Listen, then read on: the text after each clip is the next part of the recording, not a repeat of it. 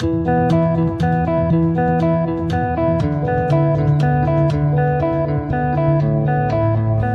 that we've talked about activities and connections, we now move on to talk about flows. These three are the building blocks of all of our work. The activities that we perform, the connections that bind them together, and the flow that designs the path that it all follows. These three components make up all of our work. As we look at our flow, we come back to rule number 3. Dr. Spear and Bowen wrote, "The pathway for every product and service must be simple and direct." My version is specify and simplify every flow path. As we break rule number 3 down, let's start with the word simplify. Simplify means we want to take as much waste out of the flow as possible and eliminate as many handoffs as possible. Every handoff is an opportunity for a delay or an error. The more we eliminate handoffs, the more waste we take out of our process. We might have a flow path that involves several handoffs along the way.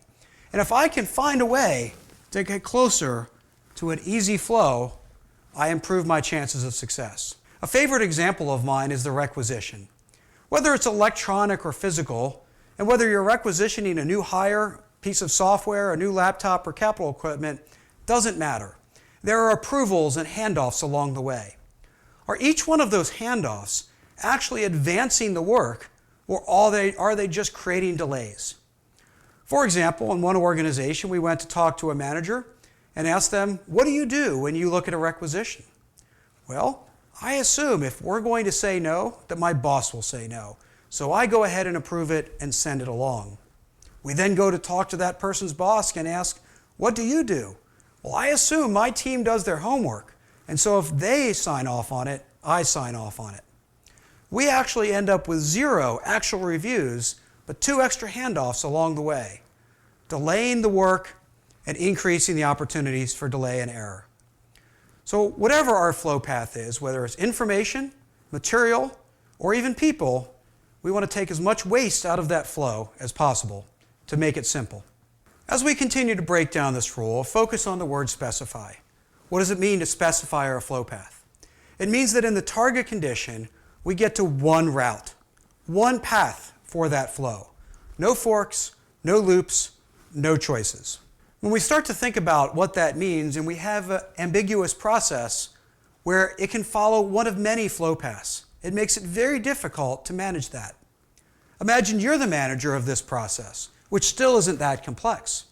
And I asked you the question, how long does it take for work to go? The answer would be, it depends, which is a fancy way of saying, I don't really have any idea. Because that would have to be the truth. We have many different flow paths in which we follow.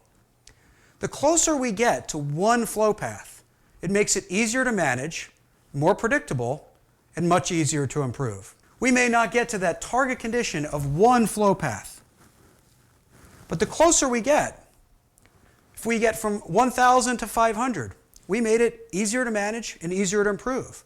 If we get from 500 down to 25, easier to manage and easier to improve. And if we can get to that target condition of one flow path, easier to manage and easier to improve. So as we look at opportunities to improve our flow paths, is it getting me closer to that one path? As an example, when you drive home at the end of the day, do you have a simple and specific flow path? You're the only one in charge of that flow path.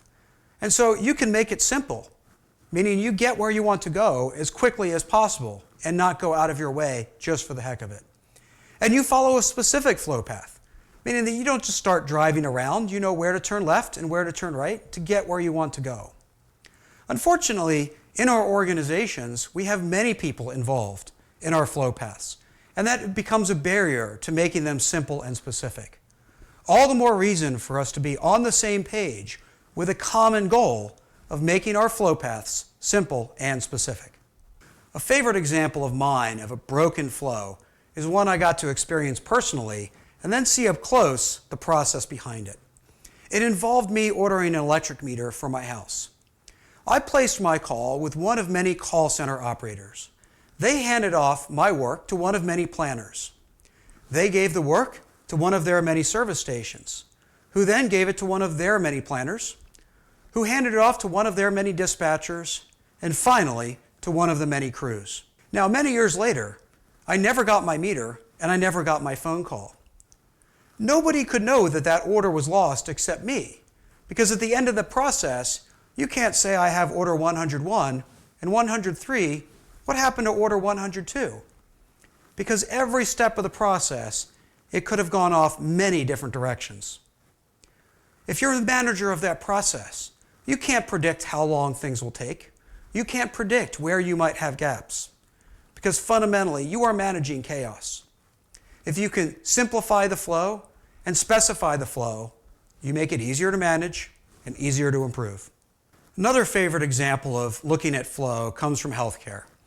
And it happens that all three of my children were born in the same hospital, and I have a hard time turning off my lens to examine process. During the first two, we had the same process. Where the nurse was, where the information was, and where the materials were, involved the nurse going back and forth to each one of the rooms, constantly around, which involved a long response time with any request, and certain requests never getting filled. By the time we had our third child, we went back and they had changed the process flow. They had built small stations distributed around the hallway for each of the nurses to get their information and to get their materials.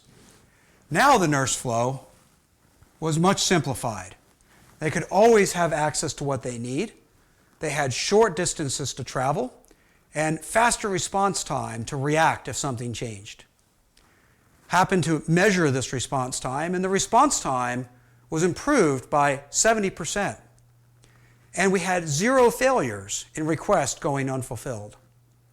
Small little changes to layout, whether physical or information, can make a big difference in both time and errors in any of your flow paths.